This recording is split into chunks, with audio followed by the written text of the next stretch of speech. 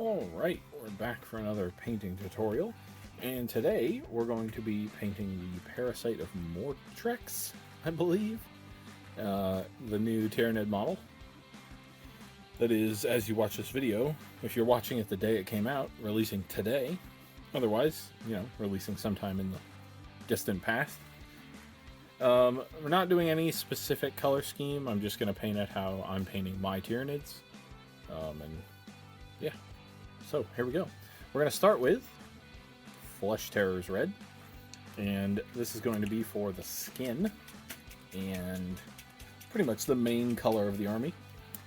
I believe my color scheme is similar to one of the actual ones, but purely coincidental.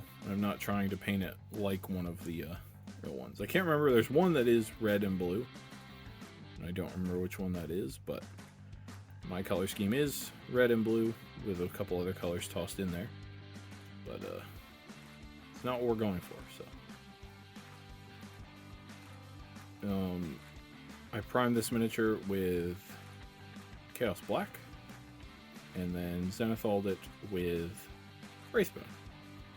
Pretty typical for my contrast painting.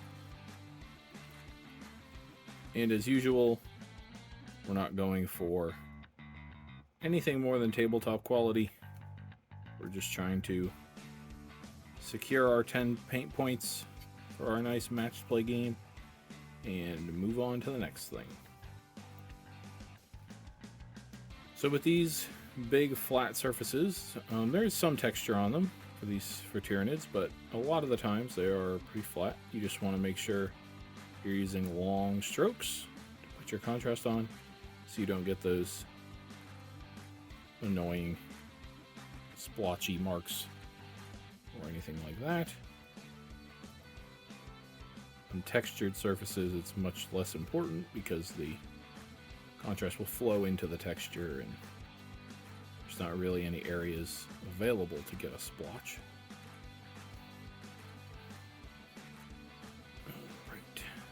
So on this guy, sort of, on Tyranids in general, you sort of just have to guesstimate what everything is and then go from there. So like, for me, the skin is going to be a color.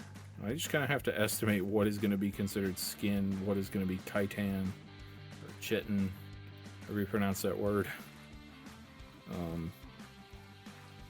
So I'm just going to paint in a lot of stuff red, and then come back and add blue and the other colors, and just kind of see where we end up, and things might change as we go along. We shall see. I know all this is going to be red.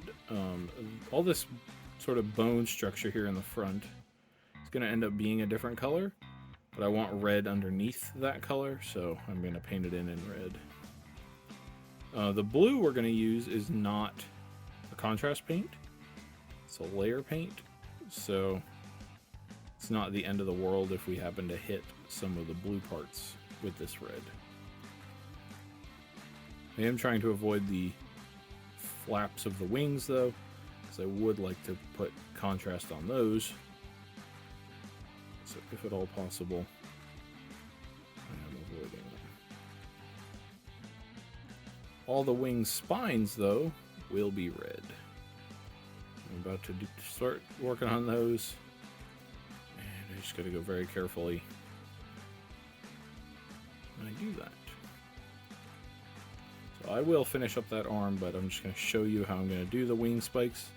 Just to make sure that you're in a good brace position. And then just come down, just move slowly.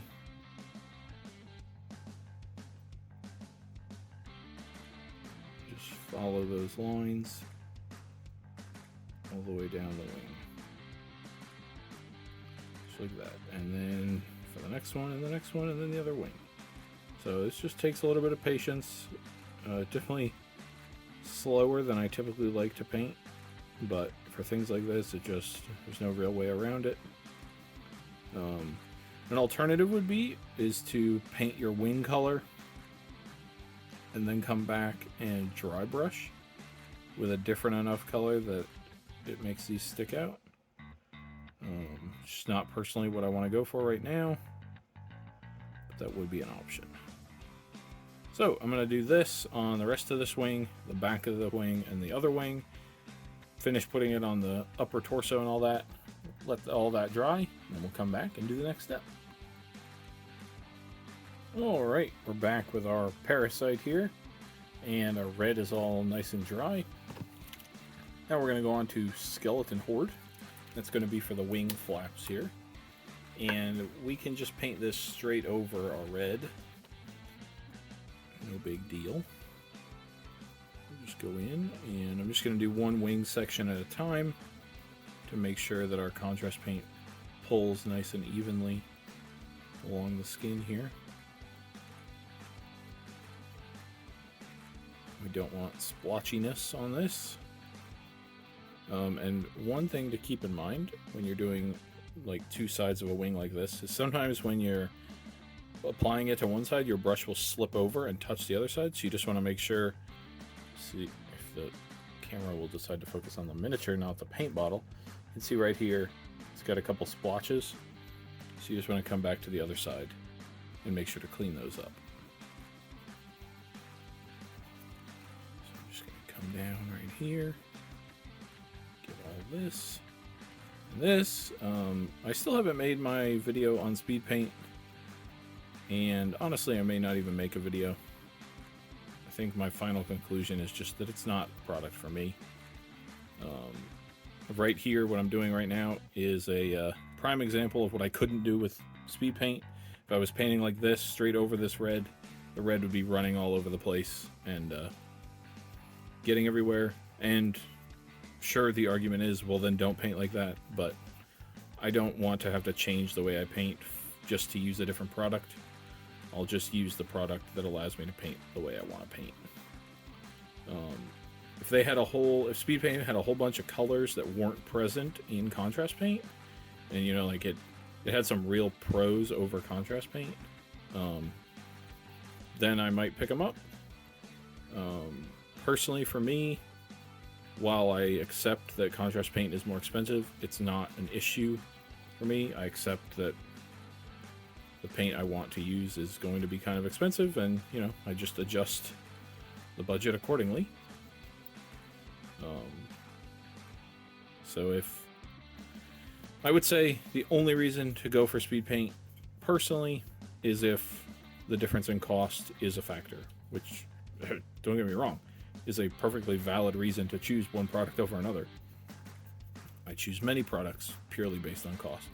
For me, though, in this case, the paint is not something that I'm going to do that on.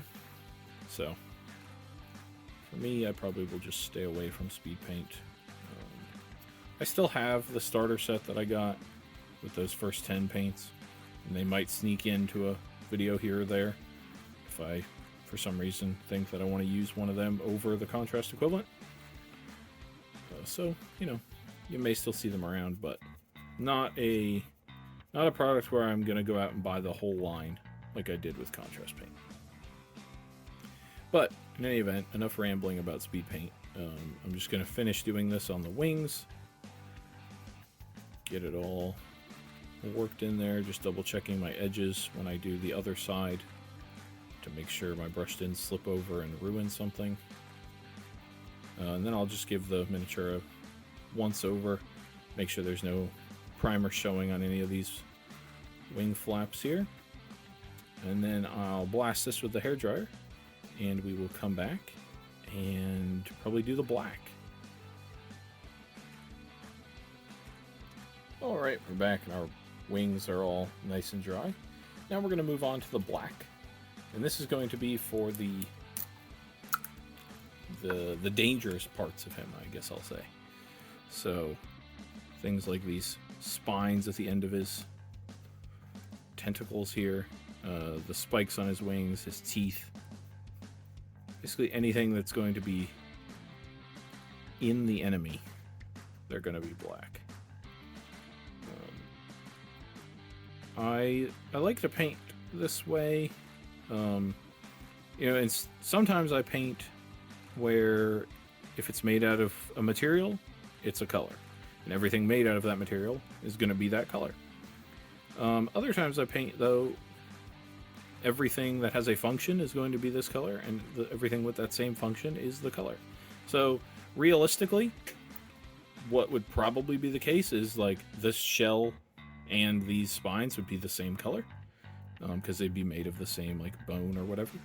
But I like to mix it up and think that, I don't know how many gazillion years of evolution the Tyranids have had, but maybe their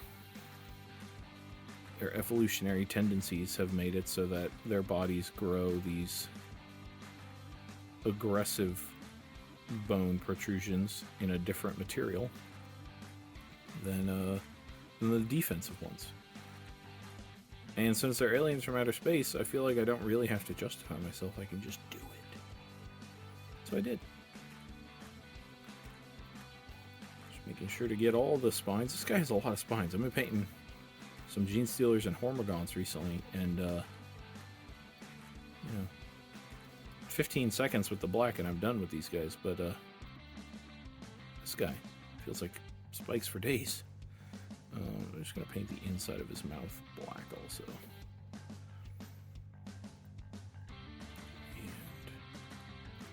And there. Missed a little spot of red there. I'll touch that up when we're gonna come back in and highlight the red, so I'll just put some highlight on that section.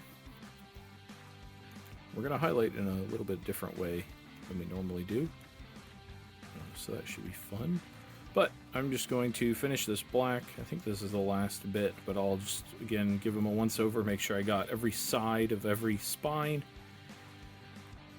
like right there, and then let it all dry, and then we'll come back and, I guess, do the blue.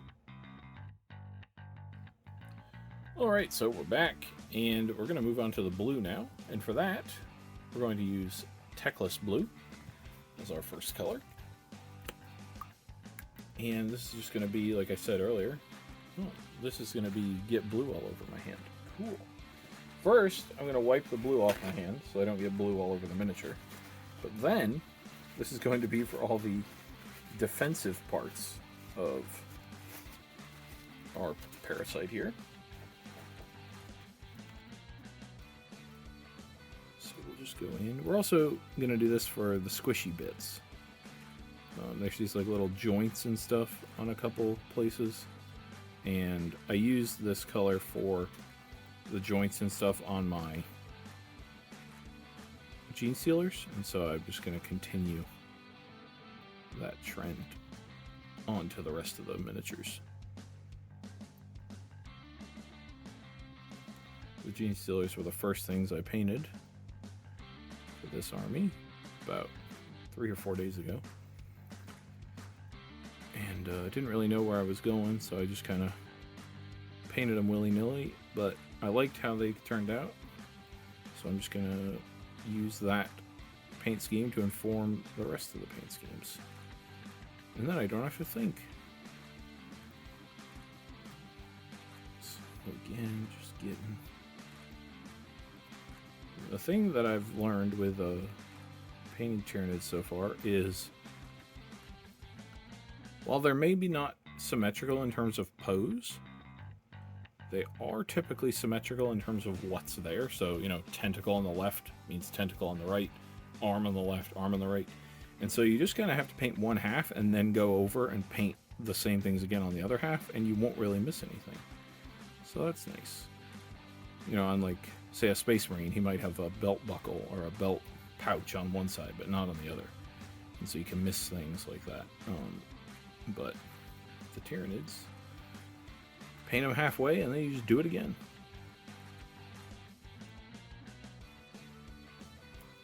Get right in there. Here.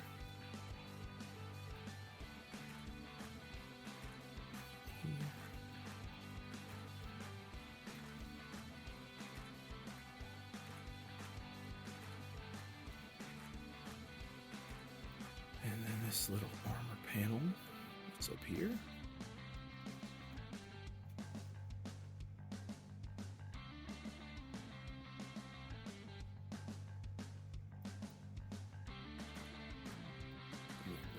there. Again, I missed a little spot with the red. We'll just put some highlights on that and it'll be fine.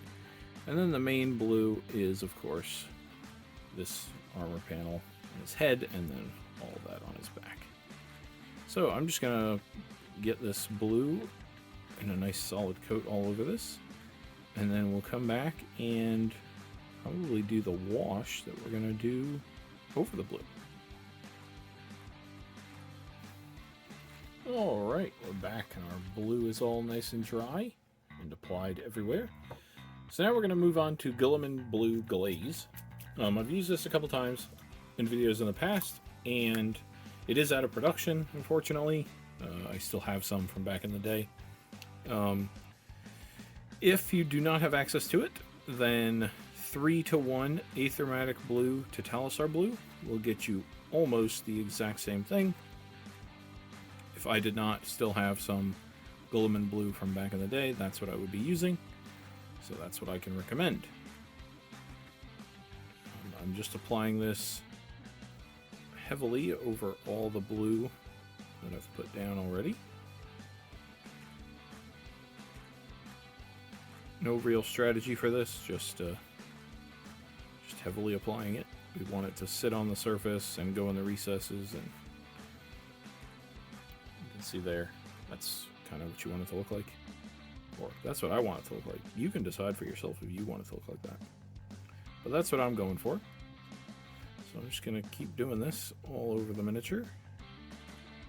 And this stuff is thin enough that you don't have to be super precise around the red. You can just kind of put it on, and it might go on the red a little bit and shade it, darken it down a little bit, but it's really not a big deal. At least for tabletop quality, in my opinion.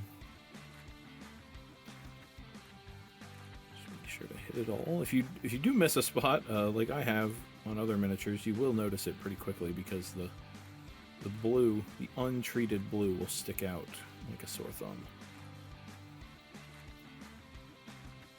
So just going all the way around the miniature.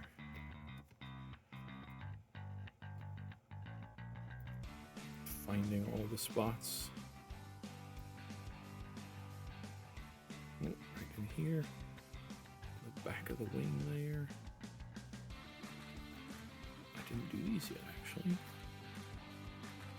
The only thing you would want to avoid is the tan of the wings. That the blue would probably not go well with that.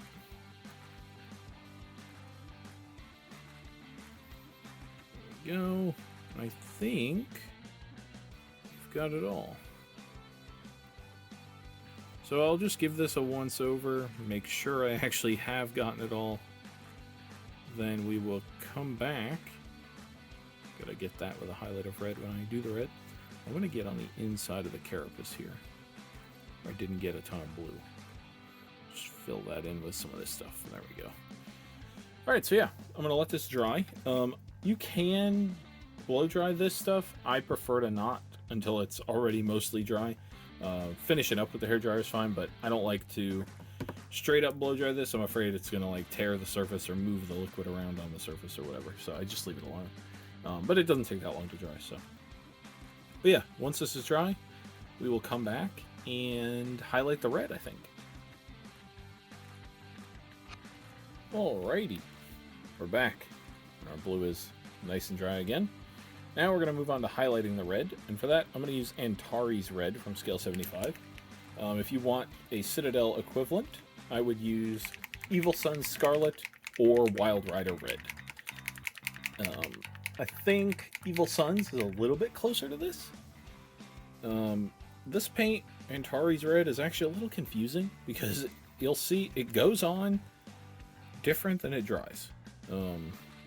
Sort of a theme with the Scale 75 paints. Sometimes they will go on a little differently. So you'll see it when it goes on, and then I'll cut the camera and we'll come back when it's dry, and you'll think I've done something else, but I promise you I haven't. It's just the paint drying. So I'm just going to start with the most complicated or the most annoying, time-consuming part, which is just these little things here. Just going to go all the way down like that. Switch to the other side.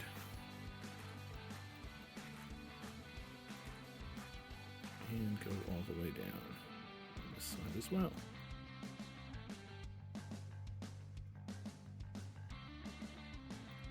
Just like that. All right, close enough. Then I'm going to just sort of get some of this on all sections of the red. And it's going to look a little splotchy right now, but like I said, as it dries, it will,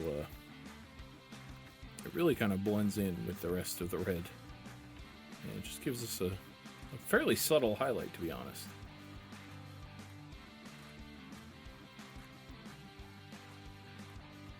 So just kind of wherever red exists on this miniature, just going in and laying it on. Going to focus on the detail that's sculpted, but I'm also going to do it on just the big old surfaces, so like the wing spikes here and stuff. I'll do it just making sure not to hit the wing flaps here. Be very careful using the side of my brush.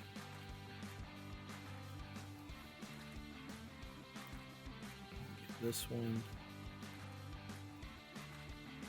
And I will do the other one, but I'm just going to go to things I haven't shown yet, just so you can see how else I'm highlighting it. Just do some highlights there. Down here on the back of the these little vents or whatever they are down here. Just do that. And then on these spikes here. Down here, the base, I'll do some down here. I'm not going to do anything here, I don't think. I kind of like keeping that dark. And it's also on the bottom of the back of the bottom of the miniature, so even less so. Not going to highlight these because that is going to be orange in a bit. But I will highlight basically everything else. So I'm just going to do that. I missed some black here. I'll touch that up. I'm just going to finish doing this, putting these highlights on everything. And then once that's dry, we'll come back. And honestly, we're just about done. We're going to do the orange. Like I said, that's going to be the kind of rib cagey area in front, and then the bones, as you can see on the back. I think we'll be done with him. Yeah. So, like I said, I'll finish this red up, and I'll see you in a bit. Alright, so our highlights are not quite dry, but they're getting there. I'm going to move on now to Fire Dragon Bright. And this is going to be, like I said, for the bones and stuff that we see in the front and in the back. And nothing too fancy about this. I'm just going to hit the high points on here. Not completely coloring these bones, just on the tops. Giving them some orange. And this is just because when I was painting the other guys, I just wanted another color just to break up the red and the blue. But I didn't want like another completely different color. So I knew I wanted to either go for a light red, i.e. orange, or a light blue. And I just ended up with orange. So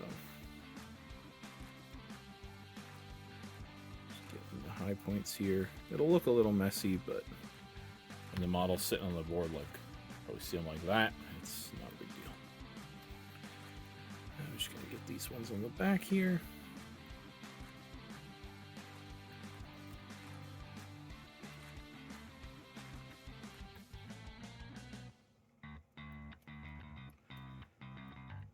Not there. And then these things down here. And then these up on his head here. And then I got a couple little orange dots on the wing here. I'm going to see if I can get them off. I don't know if I can easily. Yeah, there we go. Excellent. And then these on his front here are going to be orange as Alright, and then the only other thing besides basing him we have to do is I'm just going to grab some Dawnstone, and I'm just going to put a little highlight on his teeth right here in front. Just to pull them out a little bit from the rest of the body. There we go. So that will about do it. Pretty simple paint scheme, as always, with me. But, you know, we got him done. He'll go on the board with the rest of the army, and he'll get me my 10 points. That's all that matters. The Hormone Gaunts I'm painting, so as you can see, he matches them quite well. I've got Hormone Gaunts down to 5 minutes a pop, so that's a 5-minute paint scheme, and that's including the base. So I'm pretty happy with that. This guy took a little more than 5 minutes, but that's okay. Right about now, you should be seeing him with a base on him. The basing scheme I used is in my video I released a week before this one. It's called 5-minute bases or 1-minute bases or something like that. It's super quick. It uses a ground cloth or a tablecloth. What is it called? Table runner from Hobby Lobby that looks like a grass mat. I just cut it off, glue it on there. It's great. So if you enjoy this basing scheme, I would check out that video. Otherwise, thank you everybody for watching. Like the video, subscribe to the channel, comment below, you know, all the algorithm things, and I will see you next time.